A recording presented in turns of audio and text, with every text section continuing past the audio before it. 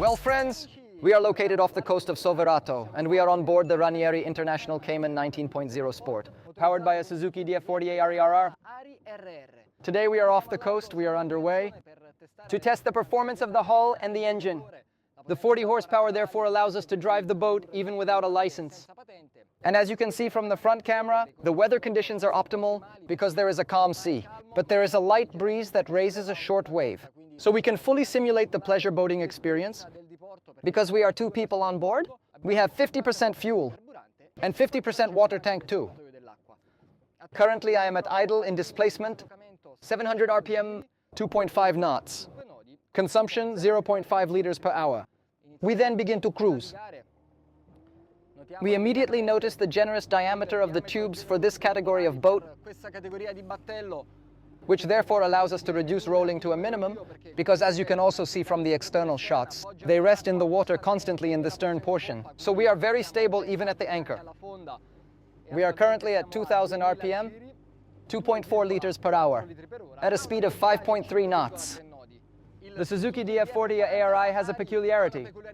It has a larger foot, it has a high torque foot, which therefore allows you to quickly bring the heaviest boats out of the water by slightly sacrificing the top speed.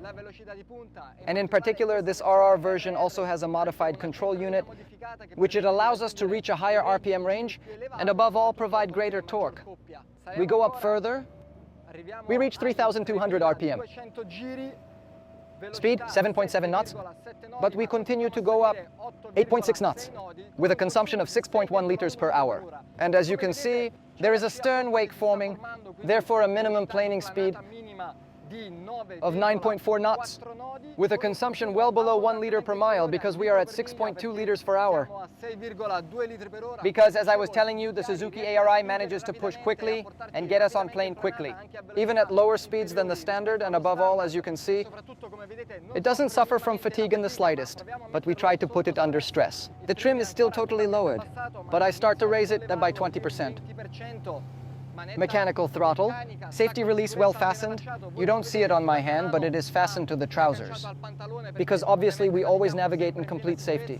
And let's look in front of us. A series of short waves that are forming precisely lifted by the wind. And no problems. Obviously always dry deck.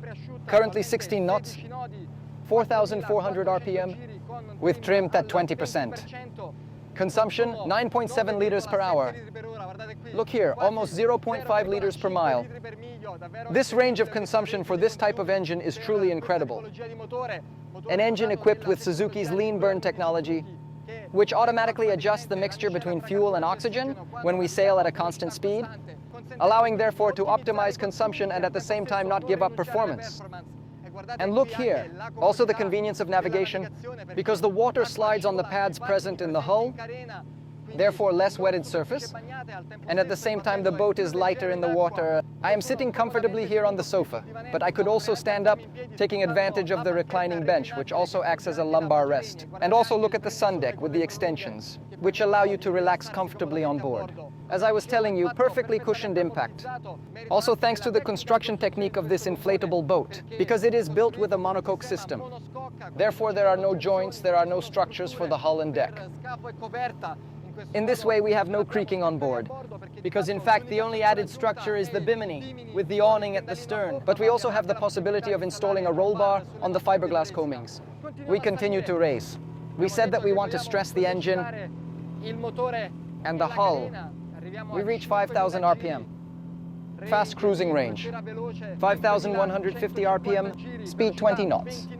I raise trim to 50%. Look at the bow as it rises. We remain at 20.5 knots with a consumption of 13.7 liters per hour. And now look here, the wind has changed. We have the short wave with the strong wind. You can also hear it inside the microphone. You also see my shirt because there is the windshield that covers up to my shoulders. But we have side wind because obviously it is an open boat. And let's see how it behaves on the short wave. Constant speed, 20 knots. Look here, no problem. And now let's lower the trim slightly. and go for attack against the direction of rotation of the propeller. Turn to the left, therefore slightly stiffer steering, precisely because, as I was telling you, we have a right-handed propeller. But look here, no problems with cavitation either. The tubes resting in the water don't make us tilt excessively. And now we push the throttle with a stern wave. Let's see where the engine takes us. A rather silent engine, look here. We are at maximum revs. Throttle completely pushed. 6,000 RPM, 26.1 knots. Consumption 20 liters per hour. Therefore, consumption always constantly below 1 liter per mile for the entire range of engine use. And by raising trim, let's increase the regimes even more. We reach 6,200 RPM. Speed always constant, 26 knots. Consumption, obviously unchanged at 19.9 liters per hour. So as you have seen, although it is an engine created for thrust rather than for top speed, we have still achieved a very respectable range. So we can also hypothesize a higher speed if we wanted to install the traditional version of the engine, therefore the DF40A version RR. So now all we have to do is put it in neutral. Let's stay with the wave beam and see in how many seconds it takes us out of the water and in how many seconds we reach top speed.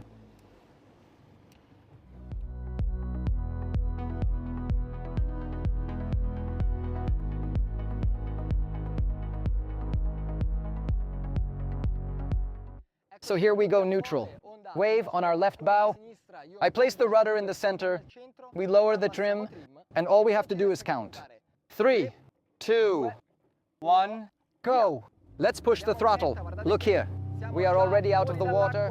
4,400 RPM. 13 knots, 15. 16.8 knots, 5,500 RPM. I lift trim, 20 knots, 21. 22 knots. I lift again, 5,900 RPM. 6,000 RPM. 23.4 knots, 25 knots, 6,200 RPM, trim totally raised, wave beam. Also look at the stability here, 24.7 knots. And so dear friends, all I have to do is make one last turn. Let's stress the hull and the engine again. Look here, trim totally lowered. I can also rotate 360 degrees. Look here, tubes resting in the water. And what a very tight turn. Look, very tiny radius. And now let's realign and let the propeller and engine foot work. And so dear friends, all I have to do is return to the nautical base of Ranieri International. This is the Cayman 19.0 Sport, powered by a Suzuki DF40A Ari. Also in this case, look at bow waves and a constantly dry deck. It is a rib that I recommend to all people who want to approach the nautical sector and start with a size that is more than adequate for the first experiences. Because in the presentation on board, we saw the large bow sun deck with the extension, but also the stern sofa and the seat for 2 people, because look, I am comfortably seated, and there is space for another person next to me, because we have seen the performances with 2 people, but also 4 or 5, because as we know, the ARI is an engine born to push. Therefore, it can also work at full load without excessively varying its performance. In this case, we reached a cruising range that fluctuates between 16 and 20 knots, keeping consumption slightly above half a liter per mile. Therefore, really excellent even for long days along the coast and for fully experiencing the sea and navigation. We also have many lockers on deck, which therefore allow us to leave the walking surface free of clutter, and the Orca neoprene tubulars give us full support. So we have no problems with regards to daily outings, but also rental.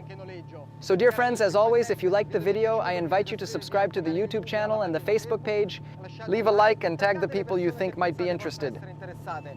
And as always, for all the next videos, we'll always see you here on the C-Team.